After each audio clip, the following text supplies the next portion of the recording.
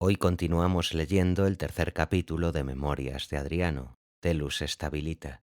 Como habréis comprobado, hace varios meses que no he podido subir nuevas lecturas. Es algo que me encantaría hacer, pero para eso necesito tu apoyo. Sí, de ti que escuchas esto. Si quieres que suba lecturas con más frecuencia, te animo a que hagas tu donación en el enlace de PayPal que encontrarás en la descripción. De otra manera, no sé si me resultará posible continuar con el canal. Y si quieres contribuir pero no tienes PayPal, escríbeme a sonrelatoscontados@gmail.com. Gracias por tu escucha. Recuerda que tienes una lista de reproducción para escuchar el libro en orden. Y ahora sí, seguimos. A lo largo de 20 años de poder, pasé sin domicilio fijo.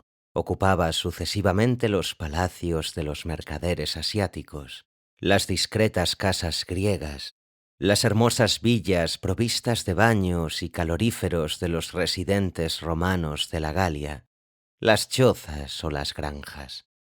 Seguía prefiriendo la liviana tienda, la arquitectura de tela y de cuerdas. Los navíos no eran menos variados que los alojamientos terrestres. Tuve el mío, provisto de un gimnasio y una biblioteca, pero desconfiaba demasiado de toda fijación como para aficionarme a una residencia, aunque fuera móvil. Lo mismo me servían la barca de lujo de un millonario sirio, los bajeles de alto bordo de la flota o el queche de un pescador griego. El único lujo era la velocidad y todo lo que la favorecía. Los mejores caballos, los vehículos de mejor suspensión, el equipaje menos incómodo, las ropas y accesorios apropiados para el clima. Pero el gran recurso lo constituía sobre todo la perfecta salud corporal. Una marcha forzada de 20 leguas no era nada. Una noche de insomnio valía como una invitación a pensar. Pocos hombres aman durante mucho tiempo los viajes, esa ruptura perpetua de los hábitos, esa continua conmoción de todos los prejuicios. Pero yo tendía a no tener ningún prejuicio y el mínimo de hábitos. Gustaba de la deliciosa profundidad de los lechos, pero también del contacto y el olor de la tierra desnuda, las desigualdades de cada segmento de la circunferencia del mundo. Estaba habituado a la variedad en los alimentos, pasta de cereales británica o sandía africana.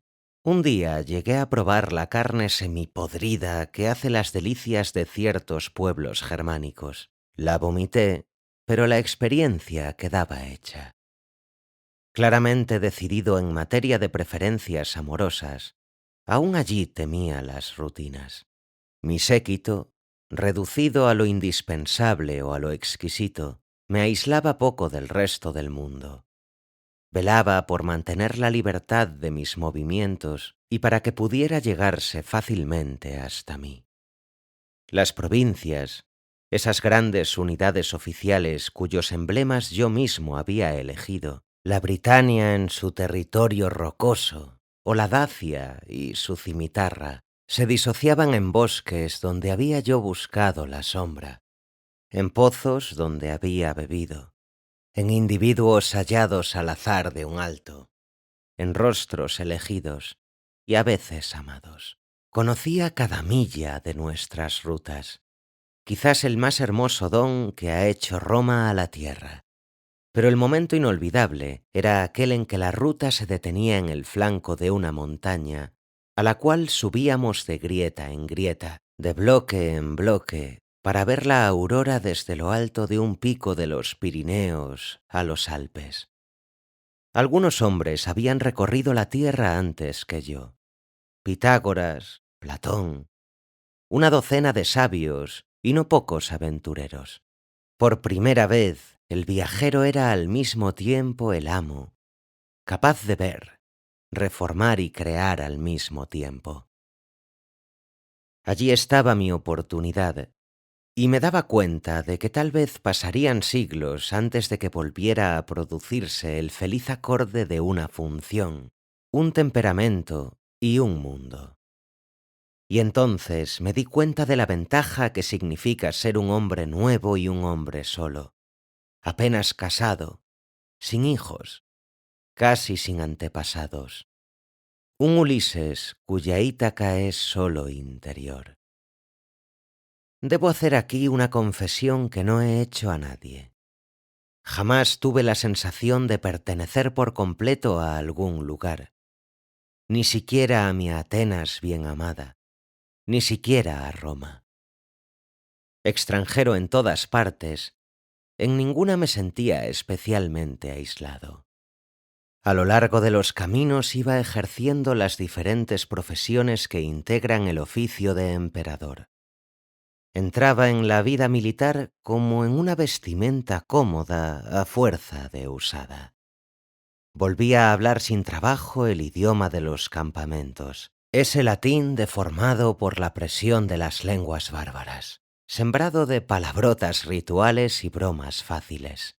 Me habituaba nuevamente al pesado equipo de los días de maniobra, a ese cambio de equilibrio que determina en todo el cuerpo la presencia del pesado escudo en el brazo izquierdo. El interminable oficio de contable me ocupaba aún más, ya se tratara de liquidar las cuentas de la provincia de Asia o las de una pequeña aldea británica endeudada por la construcción de un establecimiento termal. Del oficio de juez ya he hablado.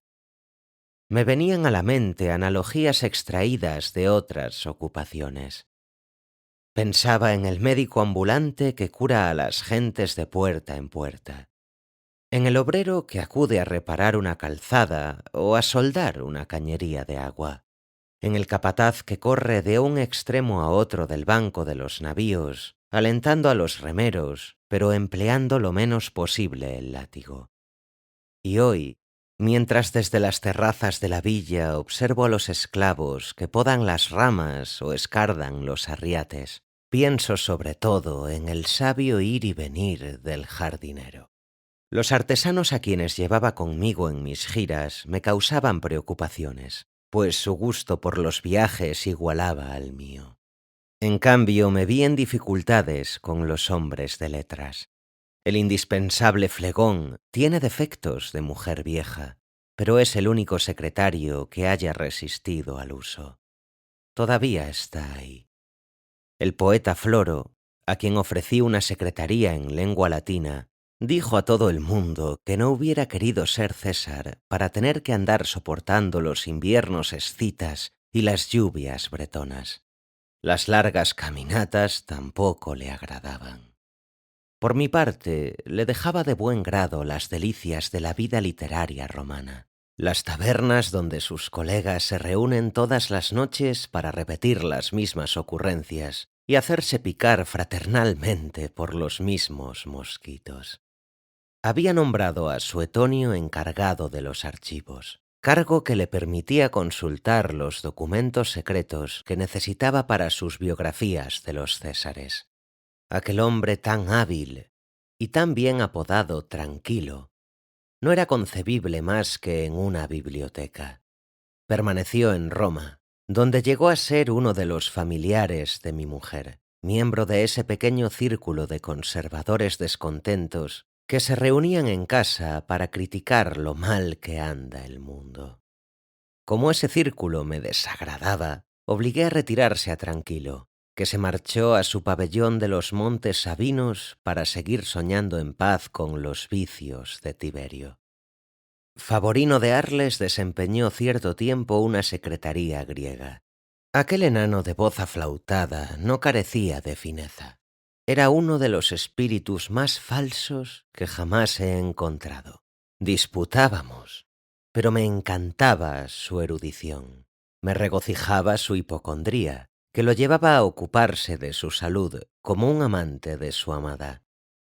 Tenía un servidor hindú que le preparaba el arroz traído con no poco gasto de Oriente.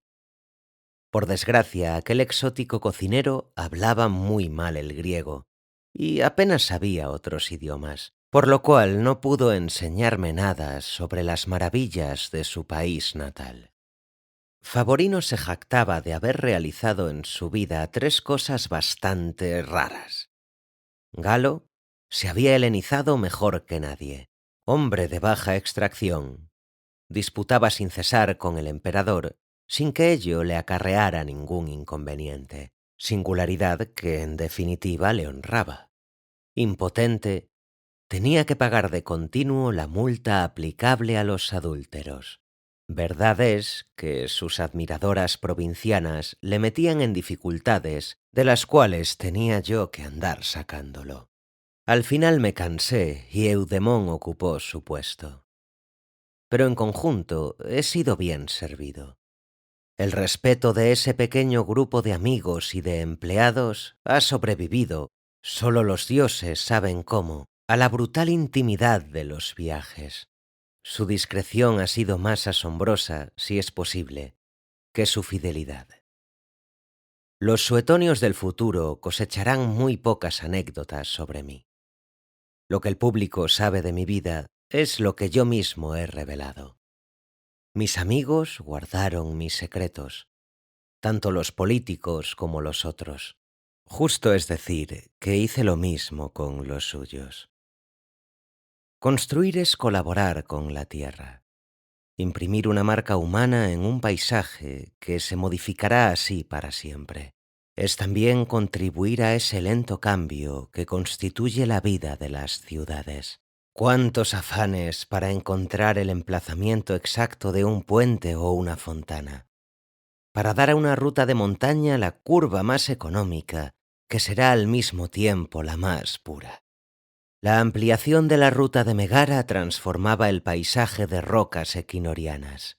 Los 2000 estadios de camino pavimentado, provisto de cisternas y puestos militares que unen Antinoe al Mar Rojo, inauguraban en el destino la era de la seguridad y acababan con la del peligro. Los impuestos de 500 ciudades asiáticas no eran demasiados para construir un sistema de acueductos en la Tróade. El acueducto de Cartago resarcía en cierto modo de las durezas de las guerras púnicas. Levantar fortificaciones, en suma, era lo mismo que construir diques. Consistía en hallar la línea desde donde puede defenderse un ribazo o un imperio. El punto donde el asalto de las olas o de los bárbaros será contenido y roto. Dragar los puertos era fecundar la hermosura de los golfos. Fundar bibliotecas equivalía a construir graneros públicos, amasar reservas para un invierno del espíritu que, a juzgar por ciertas señales y a pesar mío, veo venir. He reconstruido mucho, pues ello significaba colaborar con el tiempo en su forma pesada, aprehendiendo o modificando su espíritu, sirviéndole de relevo hacia un más lejano futuro. Es volver a encontrar bajo las piedras el secreto de las fuentes. Nuestra vida es breve. Hablamos sin cesar de los siglos que preceden o siguen al nuestro, como si nos fueran totalmente extranjeros, y sin embargo llegaba a tocarlos en mis juegos con la piedra. Esos muros que apuntalo están todavía tibios del contacto de cuerpos desaparecidos. Manos que todavía no existen acariciarán los fustes de estas columnas. Cuanto más he pensado en mi muerte, y sobre todo en la del otro, con mayor motivo he buscado agregar a nuestras vidas esas prolongaciones casi indestructibles. En Roma utilizaba de preferencia el ladrillo eterno, que sólo muy lentamente vuelve a la tierra de la cual ha nacido y cuyo lento desmoronamiento e imperceptible desgaste se cumplen de modo tal que el edificio sigue siendo montaña, aun cuando haya dejado de ser visiblemente una fortaleza, un circo o una tumba. En Grecia y en Asia empleaba el mármol natal, la hermosa sustancia que una vez tallada sigue fiel a la medida humana, tanto que el plano del entero templo se halla contenido en cada fragmento de tambor. La arquitectura tiene muchas más posibilidades de las que hacen suponer los 4 órdenes de Vitruvio. Nuestros bloques, como nuestros tonos musicales, admiten combinaciones infinitas. Para alzar el Panteón Me remonté a la antigua Etruria de los adivinos y los arúspices. El santuario de Venus, en cambio, redondea al sol sus formas jónicas. La profusión de columnas blancas y rosadas en torno a la diosa de carne de donde brotó la raza de César. El Olimpión de Atenas tenía que ser el contrapeso exacto del Partenón, alzarse en la llanura como aquel en la colina, inmenso allí donde el otro es perfecto. El ardor arrodillado ante la calma, el esplendor a los pies de la belleza. Las capillas de Antino, sus templos, habitaciones mágicas, monumentos de un misterioso pasaje entre la vida y la muerte, oratorios de un dolor y una felicidad sofocantes, eran recinto de la plegaria y la reaparición. En ellos me entregaba a mi duelo.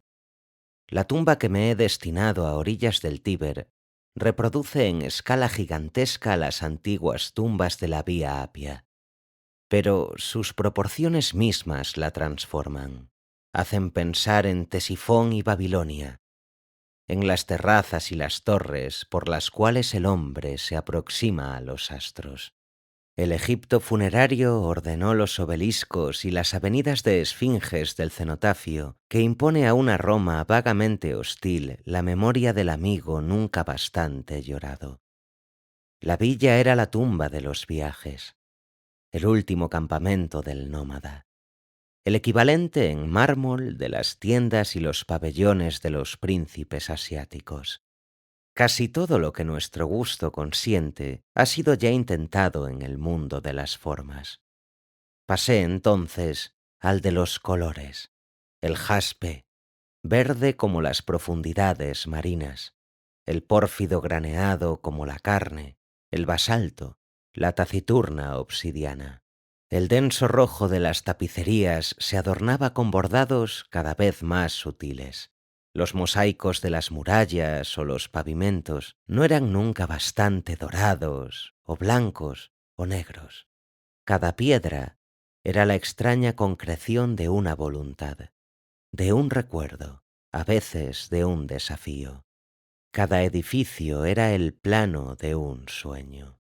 Plotinópolis, Andrinópolis, Antínoe, Adrianoterea.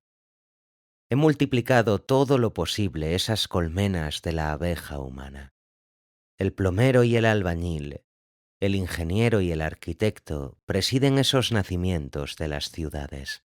En un mundo que los bosques, el desierto, las llanuras incultas cubren en su mayor parte, resulta bello el espectáculo de una calle pavimentada, un templo dedicado a cualquier dios, los baños y letrinas públicas, la tienda donde el barbero discute con sus clientes las noticias de Roma, la del pastelero, la del vendedor de sandalias, la del librero, la enseña de un médico, un teatro donde de tiempo en tiempo representan una pieza de Terencio.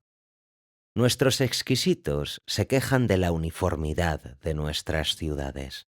Lamentan encontrar en todas partes la misma estatua de emperador y el mismo acueducto.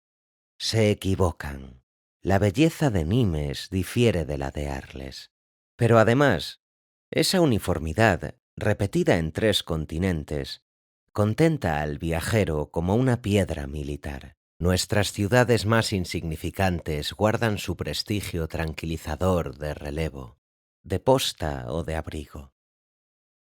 La ciudad, el marco, la construcción humana, monótona si se quiere, pero como son monótonas las celdillas de cera henchidas de miel, el lugar de los intercambios y los contactos, la plaza a la que acuden los campesinos para vender sus productos y donde se quedan mirando boquiabiertos las pinturas de un pórtico. Mis ciudades han nacido de encuentros, mi encuentro con mi rincón de tierra, el de mis planes de emperador con los incidentes de mi vida de hombre. Plotinópolis surgió de la necesidad de establecer nuevos centros agrícolas en Tracia, pero también del tierno deseo de honrar a Plotina. Adrianoterea está destinada a servir de emporio a los madereros del Asia Menor. Al principio fue para mí el retiro estival, las cacerías en la floresta, el pabellón de troncos al pie de la colina de Atis, el torrente coronado de espuma donde nos bañábamos por las mañanas. Adrianópolis, en Epiro, reabre un centro urbano en el seno de una provincia empobrecida y nació de una visita al santuario de Dodona. Adrianópolis, ciudad campesina y militar, centro estratégico en el linde de las regiones bárbaras, está habitado por los veteranos de las guerras sármatas.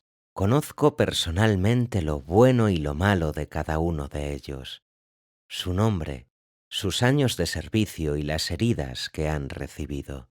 Antínoe, la más querida, emplazada en el lugar de la desgracia, está ceñida de una angosta faja de tierra árida, entre el río y la roca. Busqué ansiosamente enriquecerla con otros recursos, el comercio de la India, los transportes fluviales, las sapientes gracias de una metrópolis griega. En la tierra entera no hay lugar que menos desee volver a ver, y hay muy pocos a los cuales haya consagrado más cuidados. Antínoe es un peristilo perpetuo. Mantengo correspondencia con su gobernador, Fido Aquila, acerca de los propileos de su templo, de las estatuas de su arca. He elegido los nombres de sus barrios urbanos y de sus demos, símbolos aparentes y secretos, catálogo completo de mis recuerdos. Tracé por mí mismo el plano de las columnatas corintias que replican, a lo largo de la ribera, la alineación regular de las palmeras. 1000 veces he recorrido con el pensamiento ese cuadrilátero casi perfecto, cortado por calles regulares, escindido en dos por una avenida triunfal que va de un teatro griego a una tumba. Vivimos abarrotados de estatuas, ahitos de delicias pintadas o esculpidas, pero esa abundancia es ilusoria. Reproducimos al infinito algunas docenas de obras maestras que ya no seríamos capaces de inventar. También yo he mandado copiar para la villa el Hermafrodita y el Centauro, Niobe y Venus. He querido vivir lo más posible en medio de esas melodías de formas. Presté mi apoyo a las experiencias con el pasado, al sabio arcaísmo que vuelve a encontrar el sentido de las intenciones y las técnicas perdidas. Intenté esas variaciones consistentes en transcribir en mármol rojo un Marsias desollado de mármol blanco, devolviéndolo así al mundo de las figuras pintadas, o en transponer en el tono del mármol de Paros el grano negro de las estatuas egipcias, cambiando así el ídolo en fantasma. Nuestro arte es perfecto, es decir, plenamente cumplido, pero su perfección es susceptible de modulaciones tan variadas como las de una voz pura.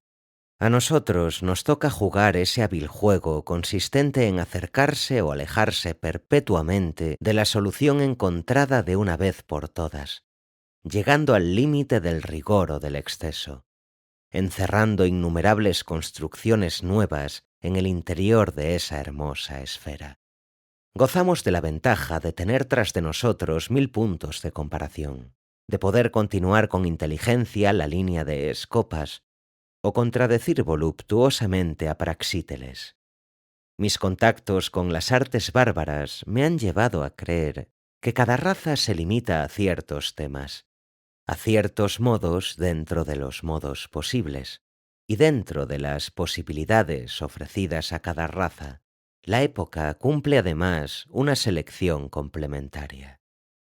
En Egipto he visto dioses y reyes colosales. Los prisioneros sármatas tenían en las muñecas brazaletes que repiten al infinito el mismo caballo al galope, las mismas serpientes devorándose entre sí. Pero nuestro arte, quiero decir el griego, ha elegido atenerse al hombre. Solo nosotros hemos sabido mostrar en un cuerpo inmóvil la fuerza y la agilidad latentes. Solo nosotros hemos hecho de una frente lisa el equivalente de un pensar profundo. Soy como nuestros escultores. Lo humano me satisface, pues allí encuentro todo, hasta lo eterno. La floresta bien amada se resume para mí íntegramente en la imagen del centauro. La tempestad nunca respira mejor que en el henchido peplo de una diosa marina. Los objetos naturales, los emblemas sagrados valen tan solo cuando están preñados de asociaciones humanas. La piña fálica y fúnebre, el tazón de fuente con palomas que sugiere la siesta al borde de los manantiales, el grifo que arrebata al cielo al bien amado. El arte del retrato me interesaba poco. Nuestros retratos romanos solo tienen valor de crónica.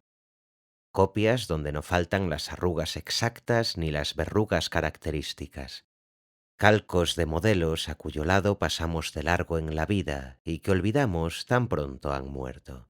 Los griegos, en cambio, amaron la perfección humana al punto de despreocuparse del variado rostro de los hombres.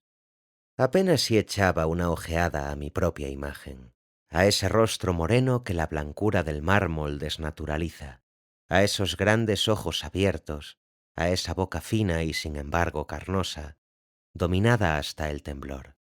Pero el rostro de otro ser me preocupó más. Tan pronto se volvió importante para mi vida, el arte dejó de ser un lujo para convertirse en un recurso, una forma de auxilio.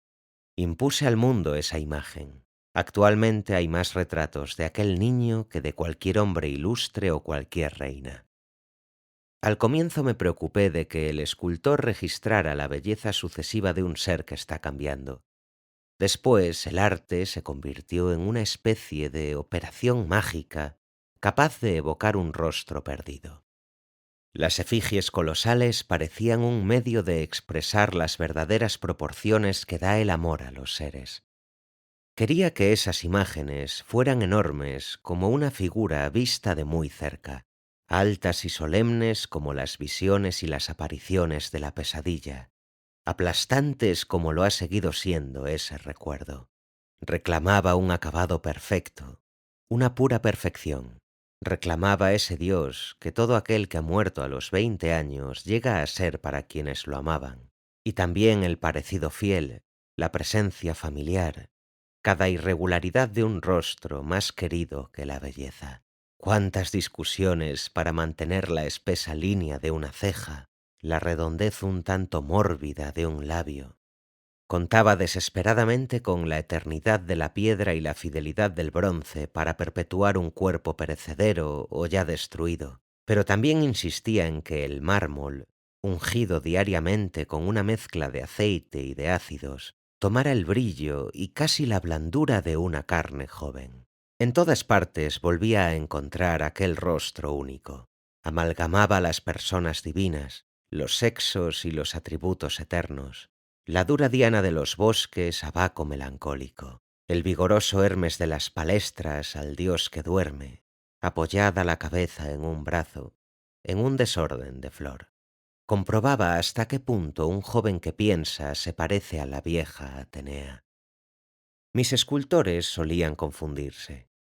Los más mediocres caían aquí y allá en la blandura o en el énfasis, pero todos participaban más o menos del sueño. Están las estatuas y las pinturas del joven viviente, reflejando ese paisaje inmenso y cambiante que va de los 15 a los 20 años. El perfil lleno de seriedad del niño bueno.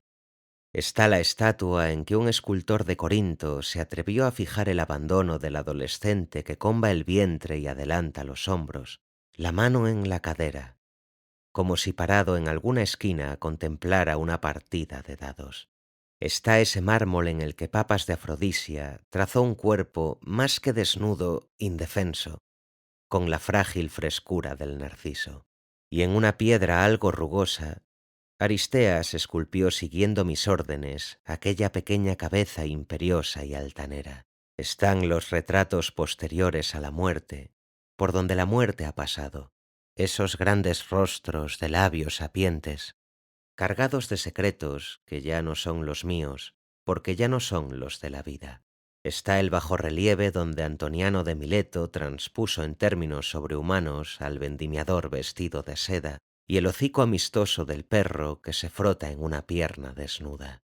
Y esa mascarilla casi intolerable, obra de un escultor de Cirene, en la que el placer y el dolor brotan y se entrechocan en el rostro como dos olas contra una misma roca. Y esas estatuillas de arcilla que valen 1 centavo y que sirvieron para la propaganda imperial. Telus stabilitata. El genio de la tierra, pacificada bajo el aspecto de un joven tendido entre frutos y flores. Traid su aquenque voluptas. A cada uno su senda, y también su meta, su ambición si se quiere, su gusto más secreto y su más claro ideal. El mío estaba encerrado en la palabra belleza, tan difícil de definir a pesar de todas las evidencias de los sentidos y los ojos. Me sentía responsable de la belleza del mundo. Quería que las ciudades fueran espléndidas, ventiladas, regadas por aguas límpidas, pobladas por seres humanos cuyo cuerpo no se viera estropeado por las marcas de la miseria o la servidumbre, ni por la hinchazón de una riqueza grosera. Quería que los colegiales recitaran con voz justa las lecciones de un buen saber, que las mujeres, en sus hogares, se movieran con dignidad maternal, con una calma llena de fuerza, que los jóvenes asistentes a los gimnasios no ignoraran los juegos ni las artes, que los huertos dieran los más hermosos frutos y los campos las cosechas más ricas. Quería que a todos llegara la inmensa majestad de la paz romana, insensible y presente como la música del cielo en marcha, que el viajero más humilde pudiera errar de un país, de un continente al otro, sin formalidades vejatorias, sin peligros, por doquiera seguro de un mínimo de legalidad y de cultura, que nuestros soldados continuaran su eterna danza pírrica en las fronteras, que todo funcionara sin inconvenientes, los talleres y los templos, que en el mar se trazara la estela de hermosos navíos y que frecuentaran las rutas numerosos vehículos. Quería que, en un mundo bien ordenado, los filósofos tuvieran su lugar y también lo tuvieran los bailarines. Este ideal, modesto al fin y al cabo, podría llegar a cumplirse si los hombres pusieran a su servicio parte de la energía que gastan en trabajos estúpidos o feroces. Una feliz oportunidad me ha permitido realizarlo parcialmente en este último cuarto de siglo. Arriano de Nicomedia, uno de los seres más finos de nuestro tiempo, se complace en recordarme los bellos versos donde el viejo Terpandro definió en 3 palabras el ideal espartano, el perfecto modo de vida que la Lacedemonia soñó siempre sin alcanzarlo: la fuerza, la justicia, las musas. La fuerza constituía la base. Era el rigor sin el cual no hay belleza, la firmeza sin la cual no hay justicia. La justicia era el equilibrio de las partes, el conjunto de las proporciones armoniosas que ningún exceso debe comprometer. Fuerza y justicia eran tan solo un instrumento bien acordado en manos de las musas. Toda miseria, toda brutalidad debía suprimirse como otros tantos insultos al hermoso cuerpo de la humanidad. Toda iniquidad era una nota falsa que debía evitarse en la armonía de las esferas. Las fortificaciones y los campamentos que había que renovar o establecer, las nuevas rutas o las que necesitaban ser puestas en buen estado, me retuvieron en Germania cerca de un año. Nuevos bastiones, erigidos en una extensión de 70 leguas, reforzaron nuestras fronteras a lo largo del Rin. Aquel país de viñedos y ríos torrentosos no me ofrecía nada imprevisto. Volvía a encontrar en él las huellas del joven tribuno que llevara a Trajano la noticia de su advenimiento. También encontré, más allá de nuestro último fuerte de troncos de abetos, el mismo horizonte monótono y negro, el mismo mundo cerrado para nosotros desde el imprudente avance que hicieron en él las legiones de Augusto, el océano de árboles, la reserva de hombres blancos y rubios. Cumplida la tarea de reorganización, bajé hasta la desembocadura del Rin por las praderas belgas y bátavas. Dunas desoladas componían un paisaje septentrional matizado por hierbas sibilantes. Las casas del puerto de Noviomago, construidas sobre pilotes, se recostaban en los navíos amarrados a sus umbrales. Las aves marinas se posaban en los tejados. Yo amaba aquellos lugares melancólicos que parecían horribles a mis ayudas de campo. Aquel cielo nublado, los ríos fangosos desgastando una tierra informe y sin fuerza, con cuyo limo nada han modelado los dioses.